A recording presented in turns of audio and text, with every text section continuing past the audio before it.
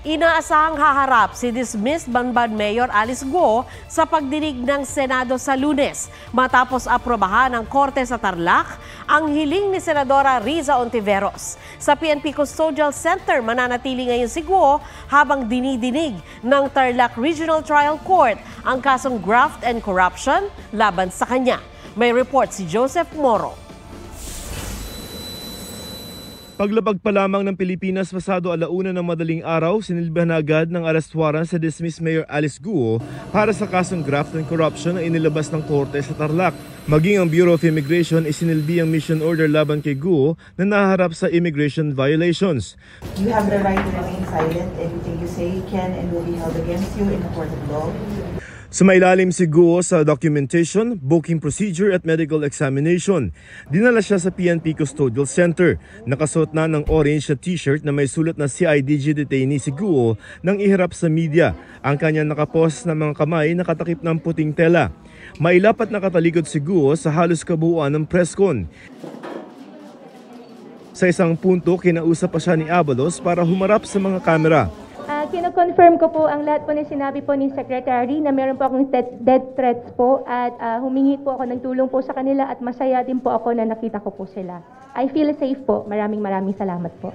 Sa PNP Custodial Center, nananatili si Guo alinsunod sa commitment order ng Korte sa Tarlac kung saan naharap siya sa kasong paglabag sa Anti-Graft and Corrupt Practices Act. Mula Camp Crame, iniharap ang dating alkalde sa Tarlac Regional Trial Court Branch 109. Bailable ang mga kaso pero hindi nagpiyansa si Guo. We see no reason for that considering na kahit mag-bail siya, definitely hindi pa rin makukuha yung purpose considering nga na meron pa din siyang other warrant of arrest. Habang paalis ng korte, naging emosyonal ang ilang taga-suporta ni Guo nang makita siya. Kasalukuyang nakadetain si Guo sa parehong seldang ginamit ni dating Senadora Leila de Lima noon. May maliit na kama, mesa at CR. Walang aircon pero may electric fan. Bawal ang gadgets. Tulad ng ibang detainees, may schedule na kailangang sundin para sa mga bibisita. Pero tanong ni Senador Riza Ontiveros, bakit sa PNP at hindi sa Senado nakadetain si Guo? Dapat sa Senado muna siya ma-detain. Ang Senado ang may pinakaunang arrest warrant laban sa kanya. Ang Senado ang nag-trigger ng manhunt.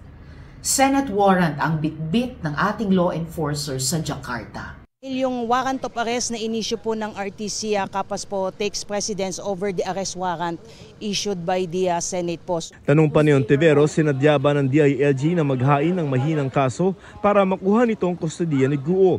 Dapat daw sandigan bayan ng may hawak sa mga kaso ng high-profile na opisyal tulad ni Guo. Sagot ng DILG, hindi ito naghain ng endorsement ng kaso sa Tarlac RTC, kundi ang Office of the Ombudsman. Alinsunod umano yan sa isang bagong batas ayon kay Interior Undersecretary Juan Victor Llamas. Bago nito, sa Ombudsman naghain ng reklamo ang DILG. Samantala, simula si Ontiveros sa Tarlac RTC at pinagbigyan naman ito ang hiling na iharap si Alice Guo sa Senado Lunes ng umaga. Tingnan natin kung gaano siya ka-photogenic sa hearing sa Lunes. Only pictures siya doon. Joseph Morong nagbabalita para sa GMA Integrated News. Inappropriate o wala raw sa lugar ang pagsiselfie ng ilang sumundo kay dating Mayor Alice Guo sa Indonesia kaya pinagpapaliwanag sila ng DOJ. Hindi naman ito minasama ni Pangulong Bongbong Marcos. May report si Oscar Oida. All smiles with double peace sign si dismissed Banban Tarlac Mayor Alice Guo sa litrato nila ni DILG Secretary Benhur Abalos at PNP Chief General Romel Francisco Marbil. Sa kuha naman ng aming kamera, kumindat pa siya nang makitang binivideoan siya. Pangiti-ngiti at papikit-pikit din siya tuwing tumatangging sumagot sa ilang tanong ng media. Hindi po muna ako magpapa-interview po. Kahit yun lang. Pino na naman ang selfie ng ilang tauhan ng NBI at Bureau of Immigration kay Guo. Matapos niyang makipagtaguan sa batas, ginawa namang fan meet nitong si Alice Guo ang pagka-aresto niya. Kulang na lang red carpet. Ang inasal lang ilang sumundo kay Guo, inappropriate ayon sa DOJ. Inisyuan sila ng show cause order para magpaliwanag. Humingi naman ng pasensya ang hepe ng NBI. Pero hindi daw niya masisisi ang mga tauhan na natuwa sa ibinunga ng ilang linggo nilang paghahanap kay Guo. Patawarin nyo kami, pasensya na, hindi dapat ganun. They will be reprimanded. Wala kayong utos sa ating mga otoridad pag ganyan ang sitwasyon na may hinuhuli, magpapaselfie ho, Ma'am Dana? Well, yung standard procedures po natin, yun po ang in place natin. Okay.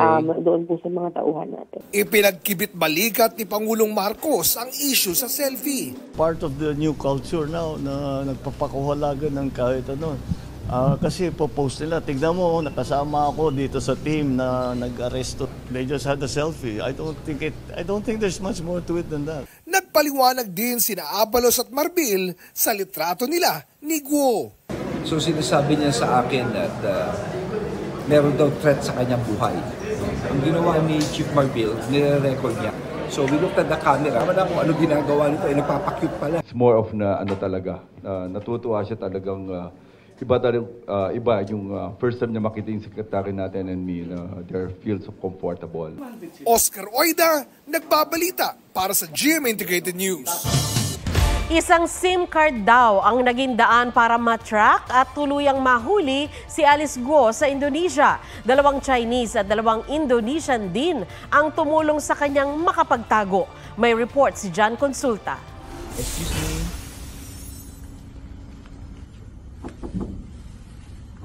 me. Guardia ng townhouse ang makikitang kumakatok sa pintuan ng unit na ito habang nakatago sa gilid ang Indonesian police. Hi. I'm Interpol. Hey, Alice. What happened? Nothing happened. You just follow us, okay? Okay, let me change. Ito ang aktwal na video ng pag-aresto kay Guo sa Tangerang City sa Indonesia. Membro ng Indonesian Police ang nanguna sa operasyon. Inabutan nila si Guo na nakapantulog pa. Ayon sa Bureau of Immigration, ang naging susi ng Indonesian Police sa paghuli sa alkalde ang nakuhang trace ng SIM card ng Indonesian Police sa isa sa mga hotel na tinuluyan ni Guo. May 3 siyang cellphone number na nakuha at may isang active na number at doon na na-track yung kanyang location. Ayon sa BI, isang babaeng monk o mongha ang may-ari ng apartment na tinuluyan ni Guo. Nakilala lang daw ni Guo sa isang mall na kanyang pinakiusapan, diskarte na kanyang ginawa para di siya masundan. Natuklasan din ng mga otoridad na 4 na tao ang tumulong kay Alice para makapagtago sa Indonesia, mga Chinese at Indonesian. Naging malaking tulong sa amin nung na-identify namin yung mga locals na local contacts na dito at may Chinese din na kasama. Siya yung nagpo-provide ng logistics na dito, pati yung sa mga hotels at yung mga locals na contacts nila, sila yung ginagamit nila na pangalan sa mga hotel na tinutuluyan niya. John Consulta, nagbabalita para sa GMA Integrated News. Diretso sa pagpasok, sina Senador Bato de la Rosa, Senador Robin Padilla, at abogado ng Kingdom of Jesus Christ sa basement ng Jose Maria College sa loob ng KOJC compound. Wala nang nakaharang na pulis, pati ang sinasabing hukay na gawa umano ng PNP. Sa paniniwalang nasa ilalim ito ng tambak ng mga kahoy, inalis ang mga ito pero wala pa rin nakitang hukay. Tila na iba naman ang kulay sa dating pwesto ng mga kahoy. Kaya nang kudkurin na lamang bagong semento ito.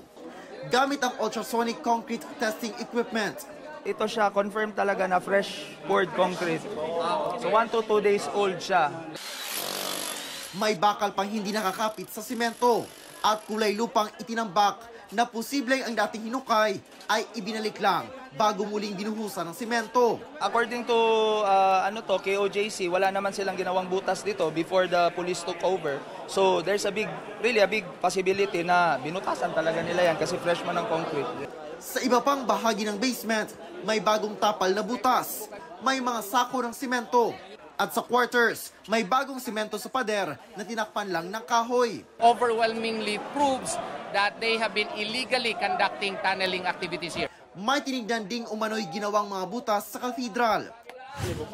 Pinasok din ang tinawag ng PNP na sikretong lagusan na nagdurugtong daw sa katedral at sa isang kwarto ni Pastor Apollo Kibuloy. Hindi naman secret, daanan lang talaga yon from the holding room of Pastor Apollo si Kibuloy doon sa kabila at saka may room siya doon. Wala pong secret po doon. Sumama rin sa inspeksyon sa hangar at scanner ng KOJC si Senador Go. Umaasa ang KOJC Legal Counsel na aalis na ang mga pulis matapos ang 14 na araw na pananatili sa KOJC compound. Pero sabi ni PNP Region 11 Director, Police Brigadier General Nicolas Torre III, magpapatuloy ang kanilang operasyon sa KOJC. Jill Relator ng GMA Regional TV, nagbabalita para sa GMA Integrated News.